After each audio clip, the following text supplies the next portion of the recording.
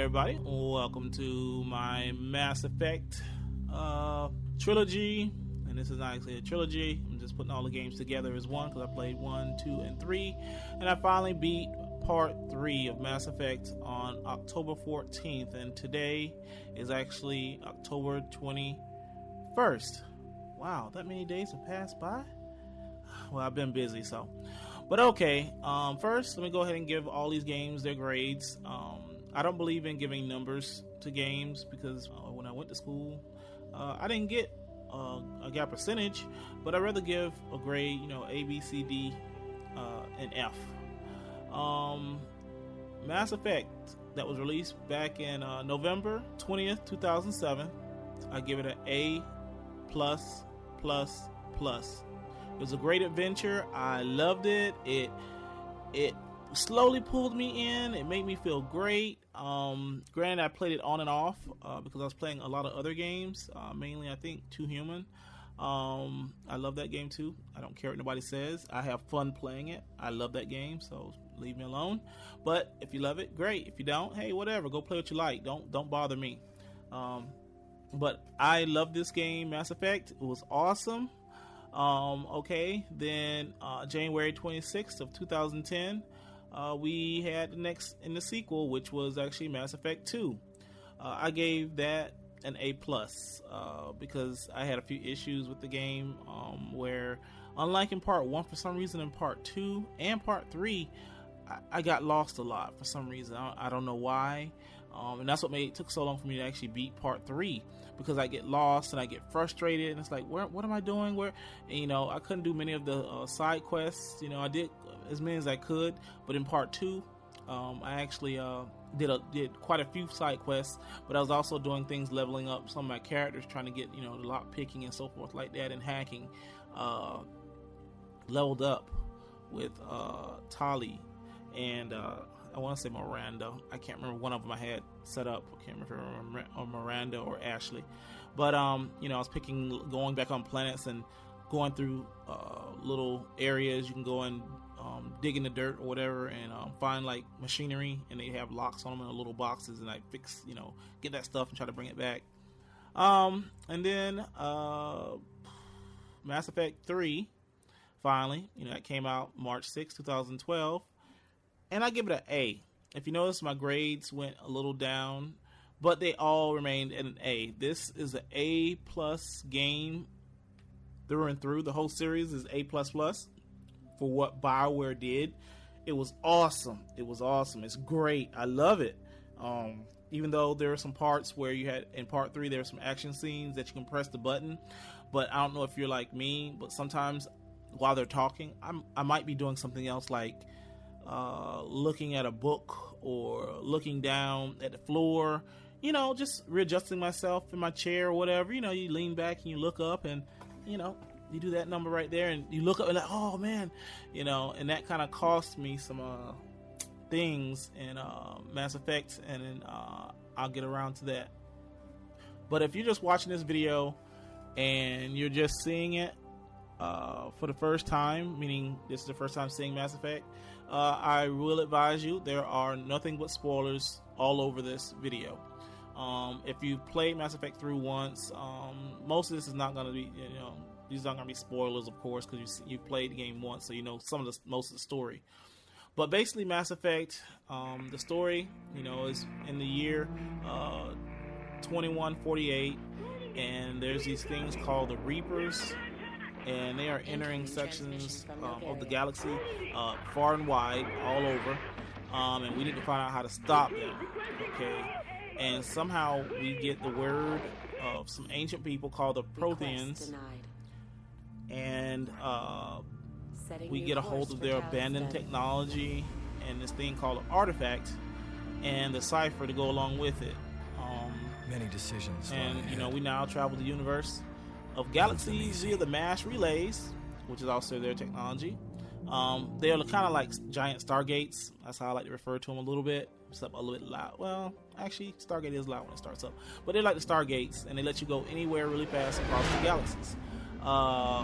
So you can just thwart the destruction of everything as we know it, And, our choices in the game will also lead us down a custom path, which means you just kind of like choose your own adventure somewhat. So let me go ahead and get into it. All right, Shepard, as most of us know, is the captain and the leader, and you can change his name and uniforms and colors, and that's really about it until part 2 comes out, and then you can actually change the sex. The one thing that I was talking to some other people with, and I kind of got quiet about it, is in part 1, when we're in Saren's base on Vermeer, we speak to a Reaper hologram, and some people say, well, what are you talking about? Like, you didn't talk to that Reaper on the wall? The little red, I call it the red bug tick thing. And it tells us about the great end of all life, and there's not really much we can do about it. And I'm like, and that's where I thought that if this the end of all life is going to occur, there is no way a puny mortal is going to be able to stop it. So how could there possibly be a good ending? I don't know, and that's the one thing that made me also stop playing the game. I'm like, well, what's the point of playing if I'm gonna? Okay, whatever. Okay, it's a game, but I did put the game down for like almost like a month before. After I did that part, I played for maybe like another 2 hours and turned the game off for about a month before I came back. And I went off to go play other games, because I'm like, oh boy, don't let me waste my time on this game. All right. So from now here on out, what I'm going to do is basically talk about my favorite characters throughout the trilogy in no specific order. So, if you see a character that pops up in part 3 and I'm still talking about part 1, hey, whatever. I can't really tell the difference between part 1 and part 2 and part 2 and part 3. So everything is kind of smashed together. I could do the research and put everybody, in their respective game, but this isn't really about me going over the game, but it's my perspective of the Mass Effect entirety, the story. All right. First, we have Liara. She's my sleeping beauty. Once I saved her, she had my trust. I loved her from the day I saw her. She has that nice, beautiful skin. She's not exactly human. And all I could think of really was, I'm sorry, I should look up her name, but the blue girl from Farscape. That's all I could think of, and I have to have her on my team. I didn't know she was biotic, because once your biotic powers leveled up, no one dared attack me. And I fell in love with her as a team member and excursion partner. I love taking her out on my missions. She was, most of the video I recorded, you'll notice I choose her a lot because I love having her. In part 1, she was awesome. I sent her, and I think it was Miranda. Her and Miranda powered together. I sent them in the building, and they cleared the whole building by themselves. Like, wow, this is awesome. Don't get me wrong, there were some levels I had to play myself too, but the majority of it, where it was just wasn't even worth my time fighting, I just sit back and let them do all the work. It was like awesome. I love it. It was like almost being on autopilot, but you still had to know where to go and stuff like that and things to check. But it was like, wow, they killed everything. I wish I could have had that kind of support in part 3. But I trusted her to have my back in Mass Effect 1 and 2, and like I said, she did. And but like I was saying in Mass Effect 3, some of her auto battle stuff, I might show some of it, if it's on the screen already, where we're protecting the missiles in part 3 toward the end of the game, and that's, there's other sections, but that's the section where I really, really, really got angry at her because she's just standing there, and I'm like, can you attack? Can you please attack? But I always brought her with me no matter what because I needed her powers, and she was great to me. Miranda, she was awesome to chat with, on and off, and, study things with. But other than that, I did not quite feel her out, so she wasn't that important to me. My main man, Rex, or Urdnot Rex. He was my tank of a guy. He had a good heart and not afraid of anything. With him and Liara, when I first partnered them up, everything was pounded to dust. My care for him was very immediate and kind of immaculate because I want to make sure I had him powered up with the right weapons and everything in his armor. I love how they animated his mouth. BioWare did a great job on that. I'm not sure why it mesmerized me, but when he talked, I had to watch him talk. It was just, wow. It was just different. Because I get tired of seeing humans, Even though he was kind of, humanoid, head, eyes, legs, arms, fingers. But his design was just so peculiar. I mean, not in a bad way. It was just interesting, very interesting, and I loved it. It was just crazy good. And his attitude, it made me respect him from the get-go. When I first started playing the game and I was trying to save Liara and I had him on my team, I didn't know what he was for. I thought he was just an alien with a gun. But once I learned what he was for, I had died. Before I learned it, I died so many times trying to save Liara when she was in stasis. But once I learned how to actually use him, I started knocking down enemies and stuff like bowling pins. And I loved him like Worf from Star Trek Next Generation. And, he was my second in command.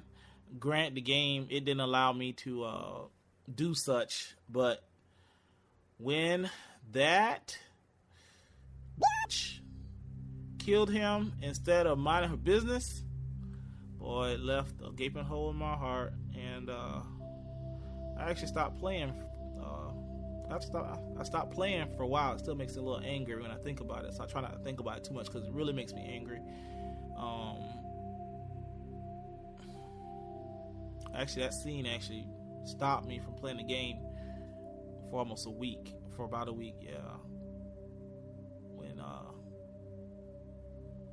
Ashley shot him. And I could not forgive her. Well, that's why I was so glad when she died in part 3. But getting back to it, I'm trying not to think about it, but it's making me get angry and think about it again. If I want to go back when I play it again, I want to do my best to try to save him because he can be saved. It wasn't fair. They allowed that to happen. It was very emotional for me because I teared up on that part because that I wanted him to be on my team. This was. He's they're the underdog. He's the underdog. His race has been put down, even though they're very tough and very aggressive. They live for the fight. When she did that, that was really devastating to me. But moving on along, we have Garrus. He's my old buddy. Experienced friend. He's also a Spectre. And I love chit-chatting with him about strategy. In part 1, I loved talking with him. And then in part 3, when we had to go find him, was it part 3 or part 2? I can't really remember. We had to go find him and have him join us. That was kind of great. There was one little small sad scene in there that kind of twisted me just a little bit. Not I didn't get teary-eyed or nothing like that, but I did feel a little sad, swallowed, But we got through with it, and that was pretty good. Then there's Caden Alenko. He was okay. Sure I never got to power him up too much. He was very smart and truly a great team member. He was great, but in the field, I did not like him. I don't know why. I didn't like him. And eventually, I later sacrificed him. The commander. And I really wish I didn't. I wish I made Ashley stay back there with those nukes and blow them up. I really, I do regret that. I really wish she would have stayed back there because that way Rex would have lived. Yeah, at least I think he would have. I don't know. Then Ashley, yeah, she was a tough woman. I let her go on some missions, not all. But one mission, she went insubordinate. I already just said it. I just want to keep all this stuff close so I can get out of the way. And she killed Rex without my permission. And like I said, when she did that, I wish I had left her back on Vermeer with those nukes. I had to bite my lip on that decision and live with it. And I still do. When I come back, I'm going to make sure she paid for what she did. She made me so angry. Oh, Ashley. Drop kick her to her face. But, okay. Getting to Tali. I love Tali. Tali is my baby. She was great. I call her a baby as a meaning, she's like my walking library. She's, what was it? Tali Zora Nar. And actually, I was reading the book. What was it called? Mass Effect Ascension. And when I read about her people, it was more connecting and more sad. Granted, they told you how it was in the game. In the book, I felt more personalized, and I felt so sad for her race of people that, it's just sad, But Tali, I loved her. She was great. She was an Abo girl, like the Abo dog from Sony. She was like, I know it sounds bad, but she was my Abo girl in Mass Effect 1. And like I was saying, I read the paperback book, and that was given to me by my friend Phil. Thanks, Phil, for that great book. Loved it. I need to go get the rest of them now that I've beaten the game and read them, because I learned a lot about elusive man and biotic powers and people who are biotic. Like I said, for Tali, I felt sad for Tali's people and more for their past and their unstable future. To be exiled is really, really, really sad. But he was a great team member. But like I was saying, I was looking at the floor or something, and I happened to look up at the TV screen and saw that button pop up. And basically, I made a mistake when I was letting Legion upload the data. And, she went to jump off the cliff, and I could have saved her, and I didn't. And that was sad. I did not mean to lose you, Tali. I did not mean to lose you, girl. I did not mean to lose you. But that was my fault. I hate those things because they pop up like that. I mean, it's nice they're in there, but for a decision like that, that was my fault. But whatever. Moving on. We got Morden Solus. I didn't like him, mainly because he reminded me of myself. Always looking and finding answers for answers when there are no more answers. Oh, I'm very annoying, I guess. He's quite annoying on the ship, but his weapons and armor upgrades, they are awesome. So I do like him for that. There was one incident where we had to follow him running around on a ground or something. That made me kind of annoyed. I was getting a little annoyed with that too. It wasn't that annoying, but it was a little frustrating. Then there's Edie. She made me feel respected, like the captain, via Janeway, because actually my Shepherd was, as you can see, was Janeway Shepherd, or Shepherd Janeway. And Edie was basically my voice control for the ship. And I can say anything or control anything at a whim. Any subject I needed data from, she can look it up and I would have it. Edie was the best. And even better when she got her upgrade, when she took over Dr. Eva Core's shell of a body. That robot that I really thought was going to kick my butt. Or droid, whatever you want to call it. It was an awesome visual and a perfect fembot. Oh my gosh, it was perfect curve. Loved it. I wish it was real. Maybe they would make some dolls if they haven't already made some. But though I was really expecting Edie to be hacked or go back, get infected with the previous program, or turn against me in any order with any of those. I really was expecting that.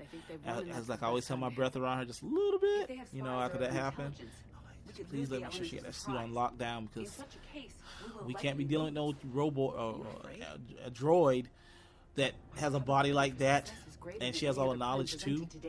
She'd be shutting stuff down left and right. Shut up, life support. Ugh. And I really thought that was going to happen. There's no room for doubt moving along, there's Jacob Taylor.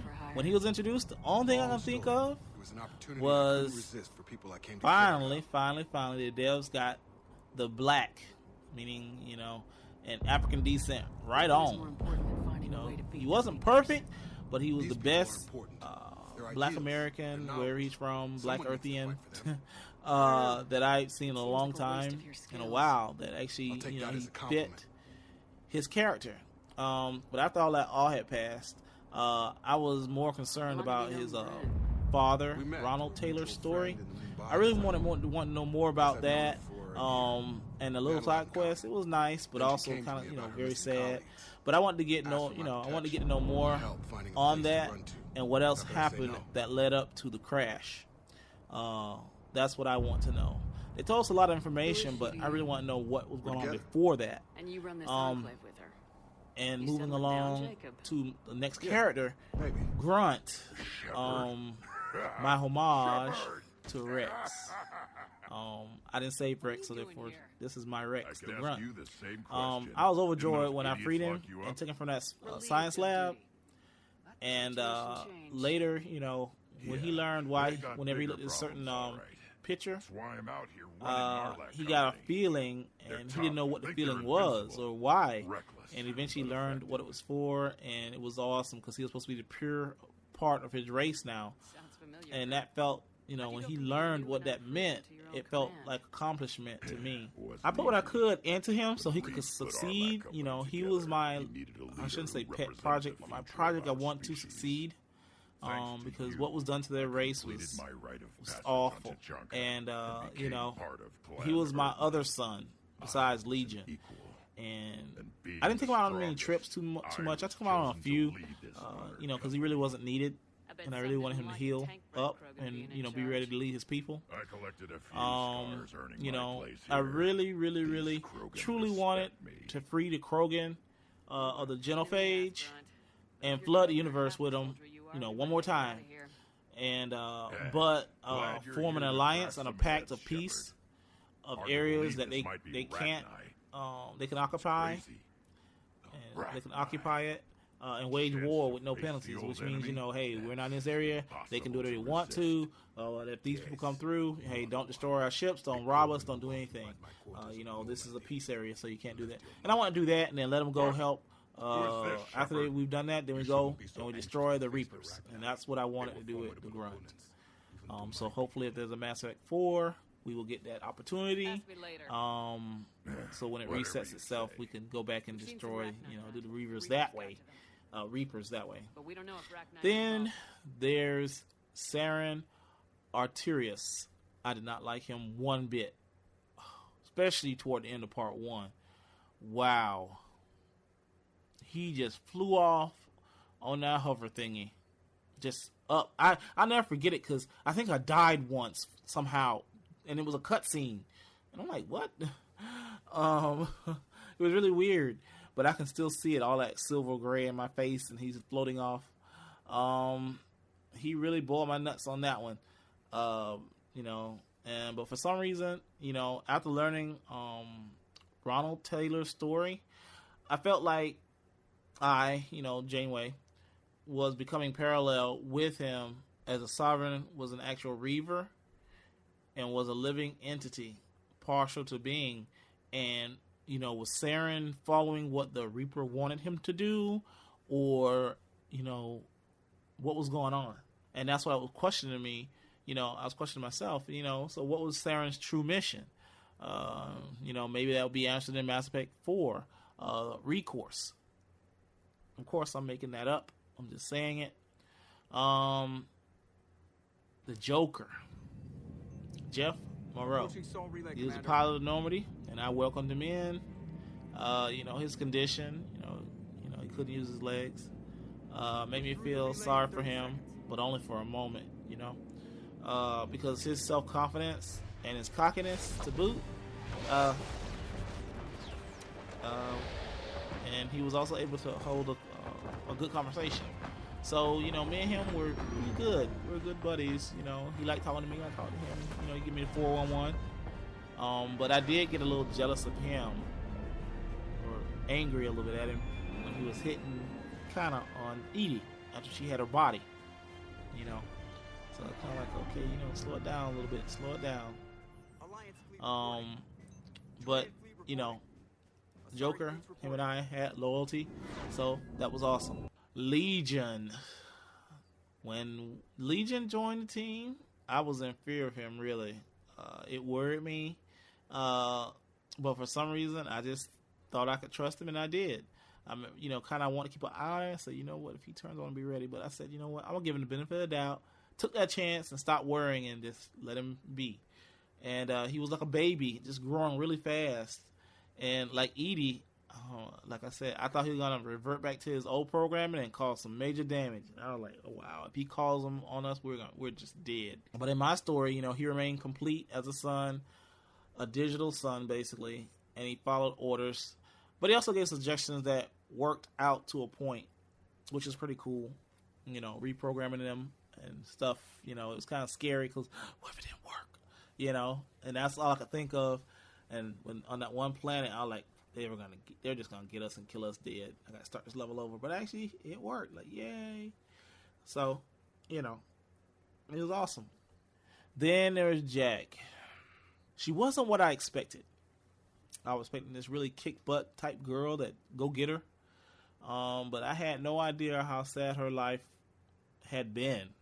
And I was thinking that all those tattoos, we'd have a code or something to unlock more things in the story, but nothing ever turned up out of that.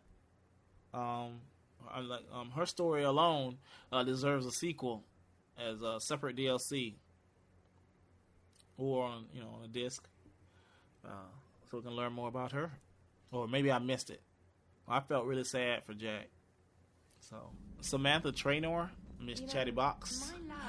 She was cute, she was real cute, and I enjoyed her confidence in me, and she kept track of many things that were happening. She was also, more like my admin for the office that I've always wanted. Granted, I did want to show her some places and take her back home, because she really wanted to get off the ship for a moment, But I love chatting with her on and off. Then there was Thane Krios. I didn't like it when he was revealed on the internet before I played the game, but once I met him, I got close to him. I got really close to him. I don't think he ever trusted me. I'm not sure. I don't know if I ever got him to trust me or not. His eyes look so sad, and I want to know more about him, and I did get that chance. His son, Kaliat, I guess that's how you say his name, Kaliat. It was sad. I don't remember ever going on the mission to find him. I know I went to do it, but I don't remember ever completing it. And if I did, like I said, I don't remember at all. But sadly, my thing did not survive. Samara, she really scared the bejeebies out of me. She earned my respect. For me, she earned my respect really quickly upon her execution of one of her jobs. When she was at that dock and she did all that, I was like, wow, she is beyond powerful. Actually, I was big in fear for my life of her. I thought she was going to end up killing me, and I'd have to pick another character. But I was quelled, once she and I made acquaintances. But it was, it was a little bit shocking and a wee bit sad to know one of her missions. It was a wee bit and sad to know that one of her missions were to stop a space vampire, which is how I labeled it. The space vampire being Morinth, her daughter. It was a very interesting twist to the story. Sad to a point, because I really felt sad for Samara more than Morinth. Sliding into Morinth. Morinth, she had a rare and odd illness that when she melded minds with others, she'd kill her partners and gain more intelligence and physical strength by nature. I wanted to feel sad for her, but I only felt sadness for what her mother had to do to resolve this situation. The setup scene was provocative, and for me, I didn't really enjoy it. Really, being a sneaky sneak, it's not for me. Then there's this Colleen. Okay, who in the galaxy is he? Was he a Chinese ninja with a Batman and Robin influence? He was a surprise I did not want, and nor did I like. And he was a pure headache. Trust me on that. Really. Pure headache. I almost want to take that disc out and fling across the room. Never do that, but that's what it made me feel like doing. If I could battle him in Vanquish with my suit on, I will mess him up fast and quick. But you know, he's a Cerberus assassin, and he was in direct control by the elusive man. And you know, he's not afraid to attack anybody. His death of honor to his awful rampage was kind of great. I loved it. I hit the button just right. He got payback. You know, yes. And I was glad to finish the game, finish him after the 7th try. Because, wow, this is when, you know, he was, I'm not even sure, he was guarding something. And, you know, I was glad to finish it on the 7th try. But he would always, on that last time you meet him, he would call out all these bad guys to come fight you. And it's like, what? Really? So, you know, he was something else, though. And then there was Arya Tolok. At least I think that's how you say her name. She ran a place called Omega. You know, it's a safe, but not so safe haven for those running from the law or hiding from the law. I did not like her. She had an attitude that really worked my nerves. I mean, she could help you if you want to, but most times she just leave you hanging. So it's kind of like, whatever. So, you know. And last but not least, we have the elusive man. I read the book and learned more about him than we did in the game. The elusive man was a two-faced, trick-laying. Oh, he was just awful. You know, even toward the end of the game, he was awful. But, you know, lies and tricks of politics. That's exactly what it is. But, my overall story, once I beat the game, you know, you get the choice of, well, I only had 2 choices. If you download this one extra piece, you'll have 3 choices, but I only had 2 choices. The first choice was to take over all the Reapers and all the other technologies, and I can control it, and they live in harmony. Or I can destroy all Reavers and synthetic life forms. So I decided to destroy the Reavers and synthetic life forms. So, and that was actually a pretty good ending. You know, if you've seen it, and that's what should be playing on the screen right now. But the only thing I didn't like about it is that they should have stopped it once your action has been chosen and they show all the things being blown up or whatever. They should have just ended it right there. That's the end of the game ending, kind of. Then it cuts to the guy telling the story. They could have left that part out altogether, really. 'Cause I thought my ending was fitting. Granted, you know, I don't think I should have had that much. I should have had it go that far out to do that. You know, when you chose to either blow it up or not to blow it up, and they showed the ending, that should have been the ending, and then, you know, roll credits and we'll call it done. But no, that's not what they decided to do, and that's where I kind of got a tiny little bit upset, but not enough to get all angry and, oh my gosh, I want my money back, anything like that.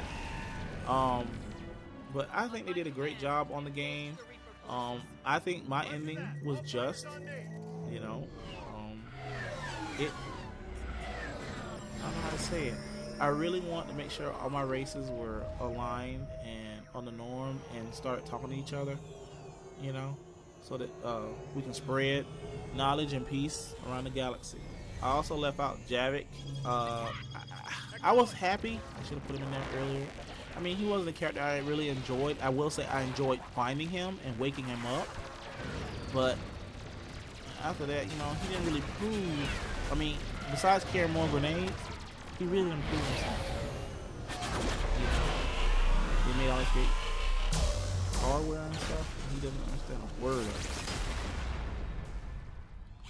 So, you know, and that was my only grim thing about him. But other than that, the game itself, I mean, all the choices you could make and everything, I really think it was awesome. BioWare did a great job. So, you know, you can take it for what you want, you know. But I will say one thing was kind of messed up. They blew up all the relays, but how would you travel? That's my thing. You know, how are you gonna travel if all the massive relays are all blown up to bits? But oh well, you know. Maybe I don't know. It was just really weird, you know. I was like, wait, you get all these things that like to get around, and what people trapped in places, you know, far away from their planets. They can't get there in time. It's a great game. I would suggest get the trilogy, meaning all 3 discs is one set. It is out there and it's very affordable. But all right, well, I'm gonna leave y'all with the rest of this game, and thank you for watching, and you have a good one.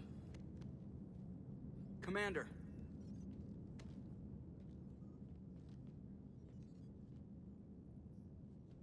Be careful down there.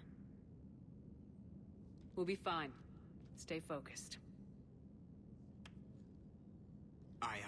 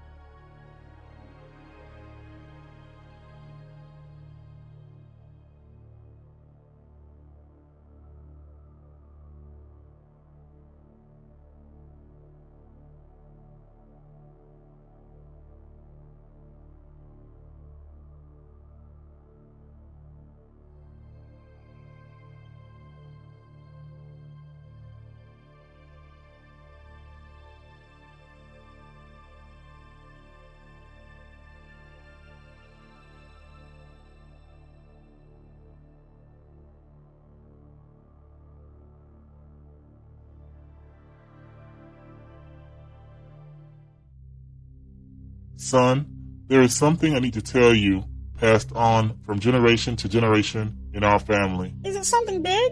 Do I have alien powers?